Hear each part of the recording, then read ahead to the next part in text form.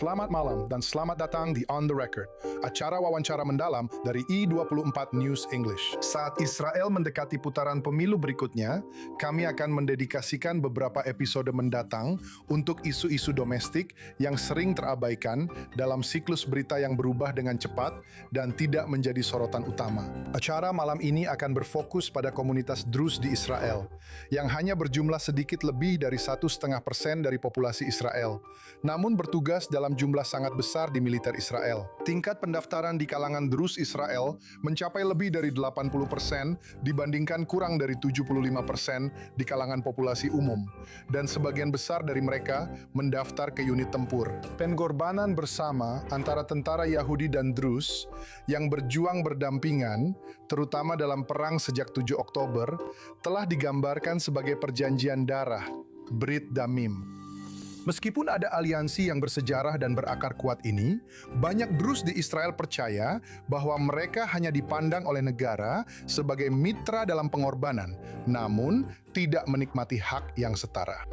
Alih-alih perjanjian darah, mereka ingin melihat perjanjian kehidupan. Di sini, untuk membahas tantangan dan peluang yang dihadapi komunitas Druze Israel saat ini, saya ditemani oleh Amir Khnifes.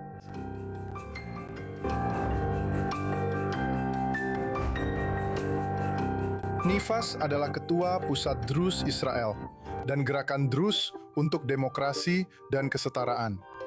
Beliau adalah dosen politik dan hubungan internasional di institusi akademik di Israel dan luar negeri, dan sedang mencalonkan diri dalam pemilihan pendahuluan mendatang dari Partai Demokrat sayap tengah kiri.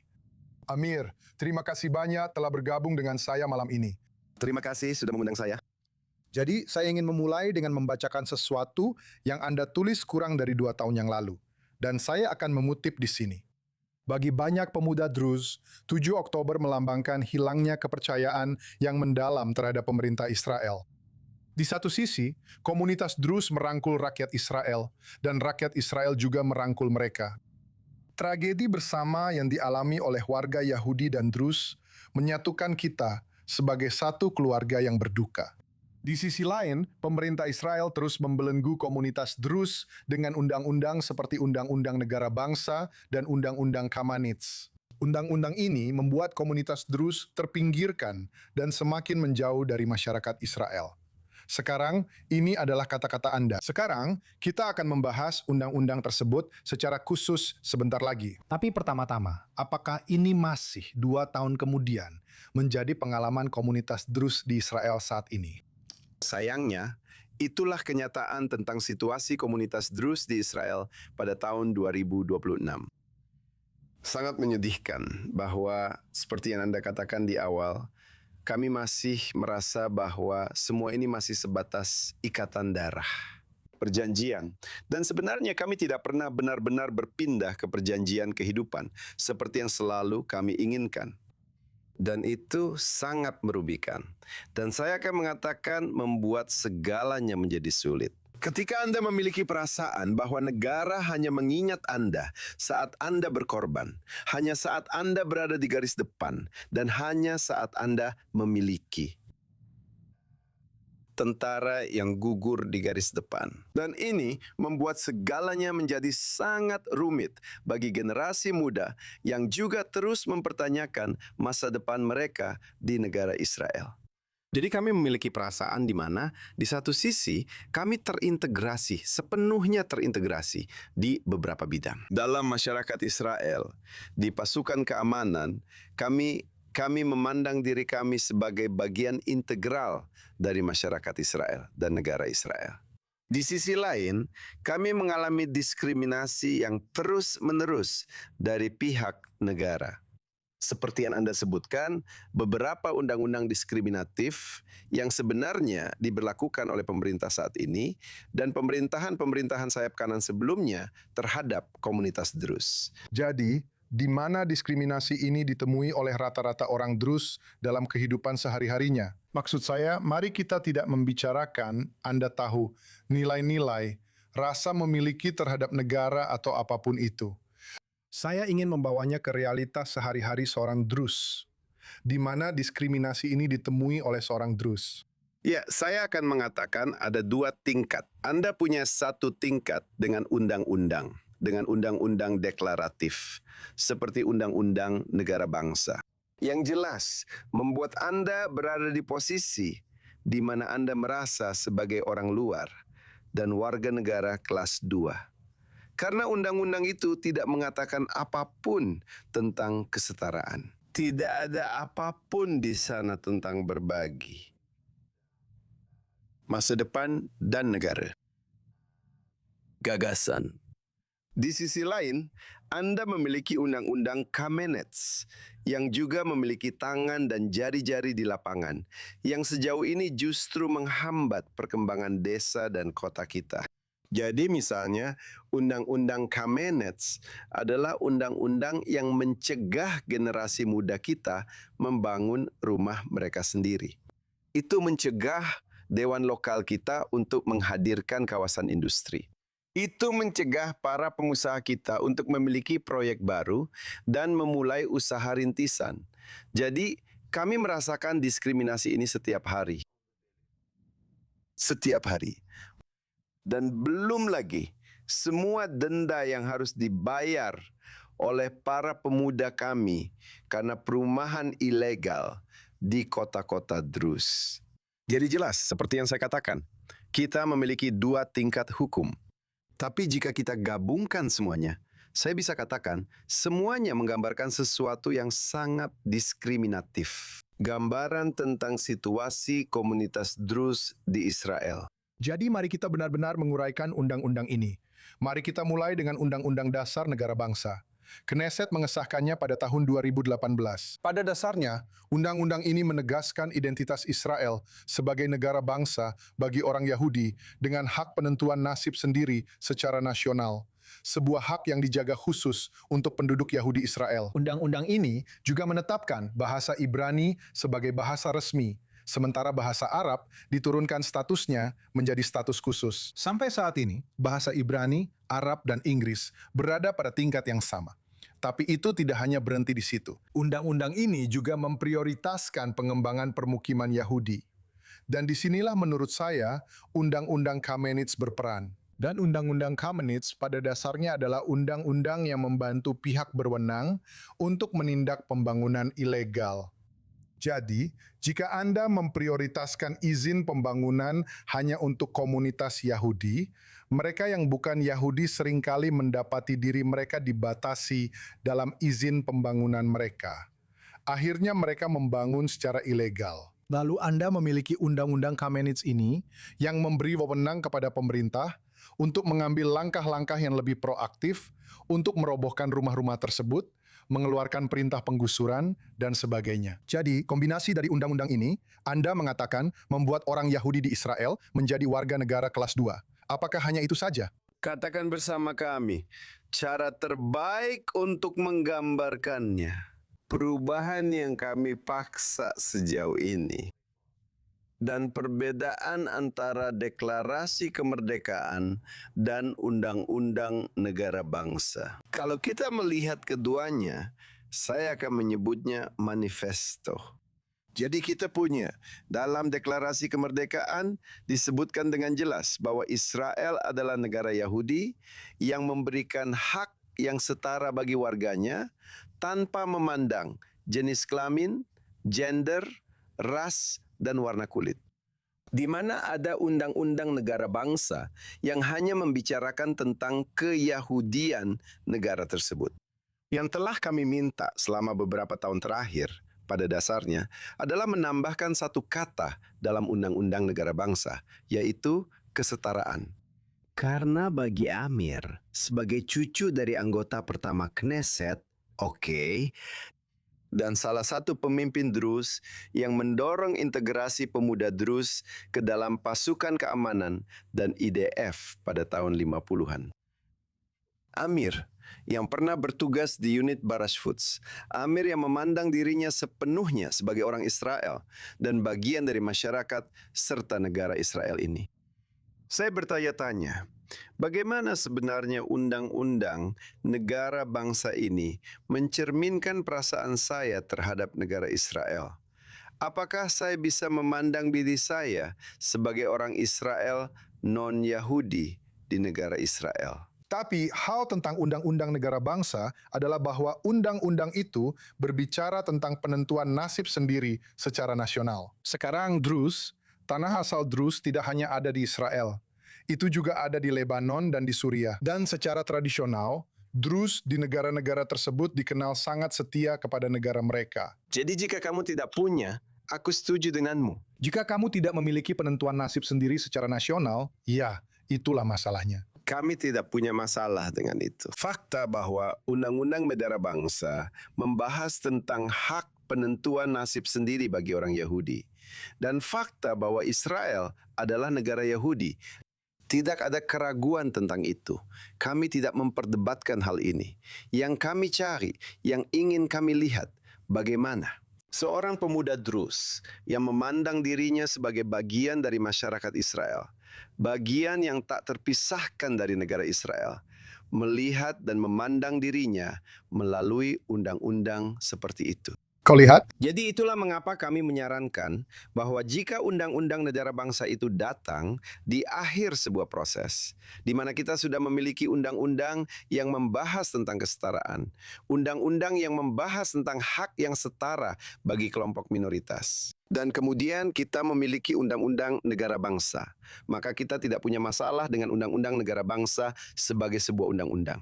Masalahnya adalah kita telah berpindah dari sebuah situasi. Kita memiliki satu undang-undang yang menawarkan semacam kesetaraan, yaitu Deklarasi Kemerdekaan. Dan kemudian 74 tahun setelahnya, Anda memiliki undang-undang negara bangsa yang hanya membahas aspek Yahudi dari negara Israel. Jadi Anda ingin melihat kata kesetaraan. Tepat sekali. Karena Anda lihat, tidak ada. Tapi Anda lihat, ada poin penting yang juga harus kita fokuskan. Faktanya adalah bahwa bagi komunitas Druze, mereka melihat undang-undang negara bangsa dari sudut pandang kewarganegaraan. Berbeda dengan minoritas lain di Israel, di mana mereka memandangnya sebagai bagian dari konflik Israel-Palestina. Dan itu adalah hal yang benar-benar berbeda. Anda lihat, ini sangat penting. Jika Anda ingat, ada 2 demonstrasi di Tel Aviv saat itu pada tahun 2010 dan tahun 2018. Jadi ada demonstrasi Druze di mana pada dasarnya mereka menuntut kata kesetaraan dalam undang-undang negara bangsa. Sedangkan demonstrasi lain yang terjadi seminggu setelahnya lebih banyak membahas tentang bagaimana undang-undang negara bangsa mempengaruhi konflik Israel-Palestina. Itu adalah perbedaan yang sangat penting, tepat sekali. Sekarang, seperti yang saya sebutkan, wilayah utama Druze tidak hanya ada di Israel. Faktanya, mayoritas Druze juga tinggal di Suriah, sekitar 700.000 orang. Sekarang, kita sedikit lebih dari setahun setelah pembantaian Druze di Sweda, di pegunungan Druze, di mana hampir 2.000 orang Druze dibunuh oleh suku Badui, serta beberapa pasukan pemerintah yang Didorong oleh pemerintah baru di Damaskus. Jadi, kita sekarang sedikit lebih dari setahun setelah peristiwa-peristiwa itu. Bagaimana? Maksud saya, bisakah Anda menjelaskan situasi terkini Druze di Suriah saat ini dan hubungan mereka dengan Damaskus setahun kemudian? Ya, tentu saja. Hampir tidak ada hubungan antara pemerintah baru di Damaskus dan provinsi Sweda yang mayoritas penduduknya adalah Druze. Dan kita harus memahami itu. Komunitas Druze di Sweda yang dipimpin oleh Sheikh Salman Al-Hajari, pemimpin politik mereka, memiliki ketidakpercayaan yang sangat-sangat mendalam terhadap pemerintah baru di Damaskus. Bahkan mereka menganggapnya sebagai milisi ISIS dan kelompok Islamis fundamentalis ekstremis yang mengambil alih Damaskus. Oleh karena itu, mereka tidak siap untuk melakukan negosiasi apapun dengan pemerintah baru di Damaskus. Di sisi lain, Anda sangat memahami hal itu. Pemerintah baru di Damaskus memandang komunitas Druze di Sweden dan para pemimpinnya sebagai kelompok yang jelas-jelas bersekutu dengan negara Israel. Dan itu membuat seluruh situasi menjadi sangat rumit. Sampai pada titik di mana jika Anda sempat membaca laporan terbaru, laporan Perserikatan Bangsa-Bangsa terbaru yang ditulis oleh utusan untuk Provinsi Sweden. Dan dia menulisnya dengan jelas. Hampir tidak ada kemajuan dalam hubungan antara Provinsi Sweden dan pemerintah baru di Damaskus. Dan ada ketidakpercayaan yang jelas antara kedua belah pihak sampai-sampai dia tidak bisa melihat adanya kemajuan dalam waktu dekat antara kedua belah pihak. Sekarang, Israel memang terlibat, tidak hanya secara retoris, tetapi juga secara militer, untuk melindungi komunitas Druze di Suriah Selatan. Sampai sejauh mana di Damaskus? Mereka mengatakan bahwa intervensi Israel dalam urusan internalnya menghambat tercapainya kesepakatan dekonflik antara Israel dan Suriah. Namun Perdana Menteri Netanyahu terus-menerus mengatakan, termasuk hari ini, bahwa Israel tidak akan pernah meninggalkan saudara-saudara Druze mereka di Suriah. Benar. Apakah Anda pikir ini juga sesuatu yang digunakan Netanyahu menjelang pemilu mendatang untuk mencoba menarik suara Druze demi dukungannya? Ya, saya punya banyak pertanyaan besar tentang, Anda tahu, sikap pemerintah saat ini terhadap Provinsi Sweden dan komunitas Druze di Suriah. Karena jika kita mundur sebentar ke Juli 2025, kita bisa memahami itu. Intervensi Israel atau intervensi IDF baru terjadi 48 jam setelah pasukan pemerintah baru menyerang Provinsi Sweden yang menyebabkan 1.700 warga Druze tewas saat itu. Dan hal lainnya adalah kita semua terus bertanya, sudah lebih dari setahun sejak saat itu. Jadi apa yang telah dilakukan negara Israel untuk mendukung komunitas Druze di Suriah? Jadi setelah semua janji dari pihak Perdana Menteri dan pemerintah saat ini, kami belum melihat perkembangan nyata dalam situasi Druze di Suriah. Dan itu sangat menyedihkan karena dalam banyak hal itu mendorong mereka yang tidak setuju dengan intervensi ini, intervensi dari pihak Israel, untuk kembali ke tangan pemerintah ekstremis baru di Damaskus. Di sisi lain, hal ini mengurangi kepercayaan antara kepemimpinan di Provinsi Sweden dengan Israel. Jadi harapan saya adalah bahwa intervensi Israel terhadap urusan Druze di Suriah seharusnya jauh lebih besar daripada apa yang telah dilakukan pemerintah Israel sejauh ini. Dan tapi ada poin lain yang harus kita hadapi dengan jujur. Ini adalah fakta yang harus kita pahami. Kepentingan utama Israel adalah agar komunitas Druze di Suriah Selatan hidup dengan damai dan aman. Karena mereka pada dasarnya berada di perbatasan utara kita. Dan mereka adalah garis depan bagi Israel.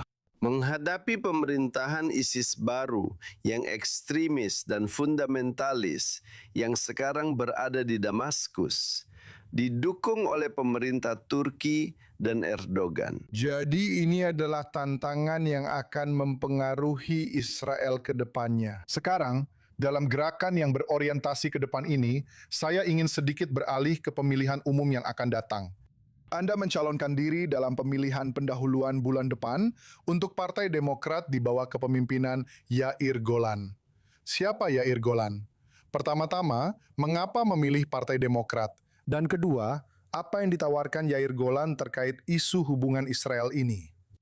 Atau menyeimbangkan hubungan antara saudara-saudara Druze di Suriah, namun juga berusaha untuk membawa hubungan yang positif dan konstruktif dengan pemerintah di Suriah ini. Baik, saya akan menjawab dua bagian dari pertanyaan Anda. Bagian pertama, Saya harus mengatakan bahwa Partai Demokrat mewakili nilai-nilai saya dan visi saya untuk masa depan negara Israel dalam banyak hal. Tapi yang paling utama adalah karena partai ini menunjukkan cara yang ingin saya lihat. Israel sebagai negara demokratis dan liberal.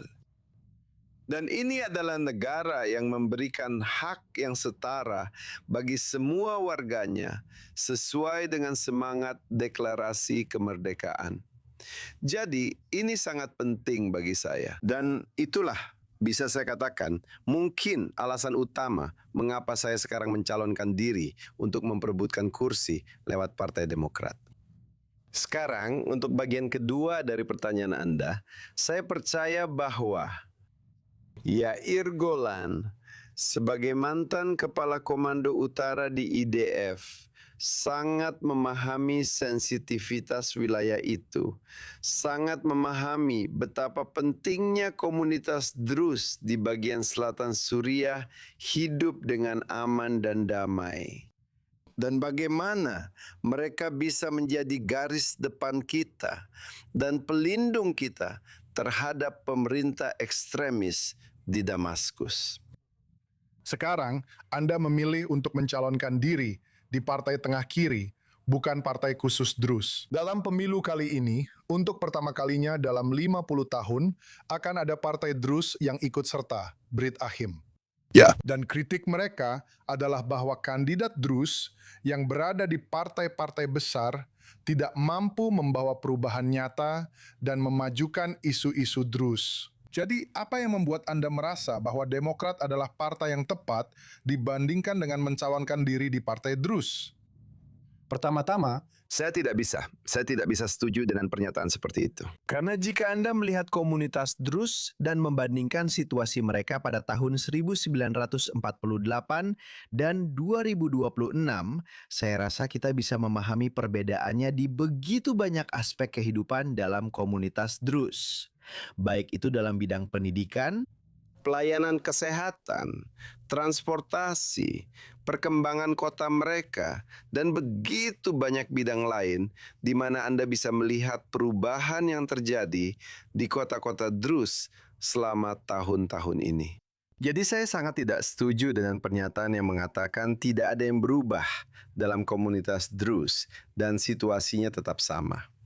Tapi saya setuju bahwa kita juga harus melihat gelas yang setengah kosong, di mana kita tidak bisa mengabaikan fakta bahwa komunitas Druze masih menderita di beberapa bidang diskriminatif tertentu, di mana mereka membutuhkan jauh lebih banyak investasi, jauh lebih banyak pembangunan, jauh lebih banyak, Anda tahu, dorongan dari pemerintah pusat atau negara pusat. Dan dalam hal itu, saya benar-benar setuju dengan pernyataan seperti itu, di mana kita mengatakan bahwa kita membutuhkan lebih banyak. Kita pantas mendapatkan lebih. Kita telah memberikan semua yang kita miliki untuk negara Israel dan keamanannya. Dan kita pantas mendapatkan setiap dukungan dari pemerintah pusat di Yerusalem. Dan segalanya harus berubah. Undang-undang negara bangsa harus diubah. Undang-undang Knesset sudah pasti harus dihapus, kamu tahu. Dan kita masih punya banyak hal yang harus diperbaiki. Dan itulah sebabnya saya juga mencalonkan diri untuk kursi bersama Partai Demokrat. Karena saya percaya inilah partai di mana kita bisa membuat Israel menjadi tempat yang lebih baik untuk semua warganya, termasuk komunitas Druze. Dan itulah hal yang penting. Dan begitu Anda memiliki pemerintahan seperti itu, yang melihat warganya sebagai separa, maka jelas situasi di dalam komunitas Druze, termasuk semua warga lainnya, akan berubah secara otomatis. Posisi yang sangat jelas. Saya berterima kasih atas itu. Sekarang, saya ingin melanjutkan ke bagian terakhir acara ini. Ini adalah segmen Rapid Fire. Saya akan menunjukkan 3 gambar kepada Anda. Secara singkat, katakan kepada saya hal pertama yang terlintas di pikiran Anda. Ini gambar pertama. Ini adalah Presiden Amerika Serikat Donald Trump dan Presiden Suriah Ahmad al-Shara di Gedung Putih.